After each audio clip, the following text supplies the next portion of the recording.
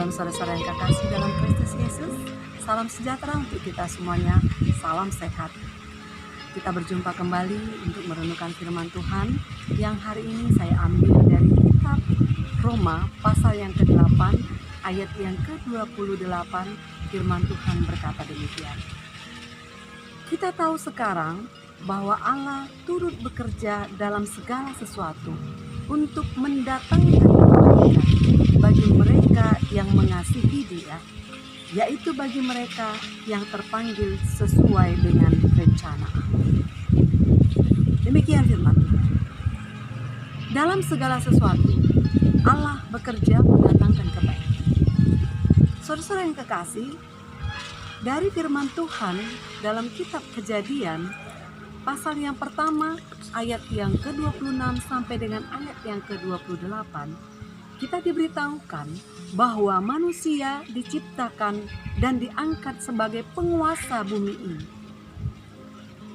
Namun setelah manusia jatuh ke dalam dosa, bumi menjadi tempat yang susah.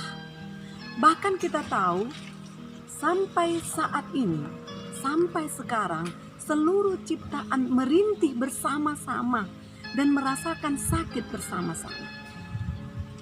Kejatuhan manusia ke dalam dosa mendatangkan penderitaan. Penderitaan bukan hanya untuk manusia, tetapi untuk seluruh ciptaan. Alam dan binatang menderita karena ulah manusia. Manusia juga menderita, bukan saja akibat dosa manusia itu sendiri, tetapi juga akibat dosa orang lain. Misalnya, ada orang yang serakah sehingga ia mencuri dan menggelapkan uang. Tentu ia harus menerima konsekuensi. Konsekuensinya apa? Dia harus dipenjara. Dosa kebejatan dan perzinahan misalnya, itu sering sekali mengakibatkan kehancuran sebuah pernikahan, kehancuran sebuah keluarga. Dosa hawa nafsu dapat menimbulkan perbuatan amoral. Dosa kemarahan yang tak terkendali terhadap orang lain dapat mengakibatkan cedera yang serius terhadap orang lain. Bahkan mungkin dapat mengakibatkan kematian. Dunia penuh dengan penderitaan akibat dosa. Saudara-saudara yang kekasih dalam Kristus Yesus. Tetapi apakah pemeliharaan Allah berhenti hanya karena dosa? Tidak, saudara-saudara. Allah mengizinkan manusia mengalami akibat-akibat dari dosa itu, mengizinkan akibat dosa itu masuk ke dalam dunia. Untuk apa? Untuk kebaikan manusia itu sendiri. Nah, bagaimana dosa bisa menjadi kebaikan? Terkadang kita tidak bisa mengerti itu, saudara-saudara. Tapi mari kita melihat pengalaman kehidupan Yusuf misalnya. Yusuf banyak menderita. Akibat apa? Akibat iri hati dari saudara-saudaranya. Akibat kekejaman dari kakak-kakaknya. Ia dijual sebagai budak dan menjadi budak di rumah Potifar di Mesir. Bahkan dia dipenjara juga. Dia diperlakukan secara tidak adil. Tetapi Allah mengizinkan itu dialami oleh Yusuf. Mengalami penderitaan akibat perbuatan dari kakak-kakaknya. Kenapa? Yusuf sendiri mengakui dan menyaksikan bahwa melalui penderitaan yang dia alami, dia mengatakan Allah bekerja melalui dosa saudara-saudaranya yang memperlakukan dia dengan tidak adil, dengan tidak baik. Yusuf mengakui bahwa melalui semuanya itu Allah sedang mempersiapkan pemeliharaan terhadap satu bangsa, yaitu umat Allah. Saudara-saudara yang kekasih dalam Kristus Yesus, mengatakan bahwa Allah mengizinkan penderitaan bukan berarti bahwa Allah yang menjadi penyebab, bukan berarti Allah yang menyebabkan semua kejahatan yang kita alami di dunia ini, semua penderitaan yang kita alami. Mengatakan bahwa Allah mengizinkan perbuatan atau dosa untuk ada di dunia itu, bukan berarti bahwa dia secara pribadi menetapkan semua tragedi dalam kehidupan ini. Bahwa Allah yang menyebabkan penderitaan saudara, membiarkan kejahatan merajalela di muka bumi ini. Bukan, saudara-saudara yang kekasih. Allah tidak pernah menyebabkan kejahatan. Allah tidak pernah menyebabkan penderitaan. Bahkan Allah tidak pernah merencanakan penderitaan dan dosa itu dalam kehidupan dunia ini. Sekalipun kadang-kadang Allah mengizinkan terjadi, tetapi Allah mengarahkannya dan menguasainya supaya mengerjakan kehendak-Nya. Semua yang terjadi itu Allah mau arahkan, Allah mau kuasai, itu mengarah kepada kebaikan Allah. Saudara-saudara yang kekasih, kebaikan yang Allah maksud adalah sesuai dengan rencana Allah dan menjadi melaksanakan, menjadi pelaksana, menjadi proses untuk mewujudkan kehendak Allah, melaksanakan maksud penebusan, dan di dalam segala sesuatu mendatangkan kebaikan bagi mereka yang setia kepadanya. Saudara-saudara yang kekasih, bahkan ketika seluruh ciptaan merintih karena penderitaan, kita melihat roh Allah yang ada dalam kita juga membantu dalam kelemahan-kelemahan kita itu. Roh Allah sendiri yang berdoa bahkan untuk menyuarakan rintihan-rintihan kesakitan kita itu dengan suara yang tak terucap. Sehingga di dalam rintihan-rintihan itu ada sebuah pengharapan. Ada harapan bahwa Allah akan menolong kita dalam menghadapi kesusahan di dunia yang fana. Saudara-saudara yang kekasih dalam Kristus Yesus, pada masa pandemik ini, mungkin saudara adalah salah satu pribadi yang sedang merintih pada saat ini.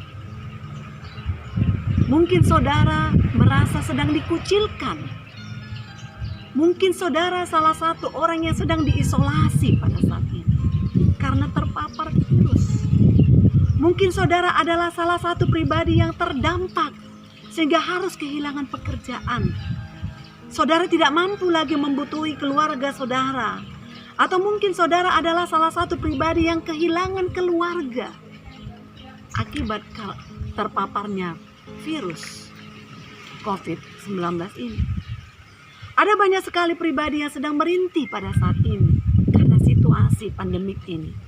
Bahkan pemerintah dan dunia juga sedang merintih pada saat ini, saudara-saudara. Semua sudah lelah. Semua sudah kehabisan akal. Memang sulit untuk memahami maksud Allah yang mendatangkan kebaikan dalam setiap rintihan dan penderitaan. Sulit untuk memahami pemeliharaan Allah ketika kita mengalami penderitaan dan kesusahan. Itu sebabnya pada saat ini saya mengajak saudara-saudara untuk merenungkan firman Tuhan saat ini yang mengatakan bahwa Allah turut bekerja dalam segala sesuatu untuk mendatangkan kebaikan bagi setiap orang yang mengasihi. Mereka yang mengasihi Allah dan yang terpanggil menurut rencana Allah pasti akan memahami dan mengimani bahwa segala sesuatu yang terjadi turut menghasilkan kebaikan bagi kehidupan. Saudara-saudara kekasih, walaupun sulit dan tidak enak diterima, tetapi segala sesuatu, baik itu sukacita, baik itu penderitaan kita, itu semuanya turut menghasilkan kebaikan bagi kita. Ikut ambil alih untuk menghasilkan kebaikan bagi kita. Dan hal ini hanya dapat dimengerti oleh orang-orang yang mengasihi Allah, oleh orang-orang yang terpanggil sesuai dengan rencana Allah. Lalu pertanyaannya sekarang, kebaikan apa yang dimaksud Allah di sini, saudara-saudara yang kekasih? Kebaikan yang dimaksud Allah di sini adalah bahwa kita akan menjadi serupa dengan gambaran anak-Nya, Yesus Kristus yang mulia, yang akan bertahta dalam kerajaan Allah. Itu kebaikannya, saudara-saudara. Jadi ketika kita mengalami kesusahan, rintihan, penderitaan, bahkan kita mengalami itu bertahun-tahun lama, sampai akhirnya kita lelah, ya, kita nggak kuat lagi. Lalu kemudian kita katakan, loh, di mana maksud Allah? Kapan saya melihat kebaikan Allah dari penderitaan saya ini? Saya nggak melihat kok. Nah, sampai saatnya orang akan memahami bahwa bukan kebaikan dalam konsep pemahaman kita saja yang mau Allah berikan bagi kita, tetapi lebih besar lagi dari itu, saudara yang kekasih. Apa itu? Kita menjadi serupa dengan gambaran anak Allah, dengan gambaran Kristus di dalam kemuliaannya. Itu sebabnya dalam kitab 1 Korintus dikatakan, kamu adalah ciptaan baru. Yang lama sudah berlalu dan yang baru sudah datang. Ketika kita tetap bertahan dalam penderitaan itu, dalam rintihan itu, bukan hanya Roh Allah yang bersama-sama dengan kita untuk berdoa dengan rintihan yang tidak kedengaran, tetapi kita juga diberikan pemahaman bahwa kita akan menjadi serupa dengan anaknya dalam kemuliaan. Ini saudara-saudara yang kekasih. Jadi kalau saudara-saudara hanya dalam pengharapan, kepada pengharapan yang bisa saudara lihat, itu bukan lagi pengharapan saudara. Tetapi itu sudah kita lihat. Pengharapan itu adalah yang nanti, yang masih kita nantikan. Itu pengharapan orang-orang percaya.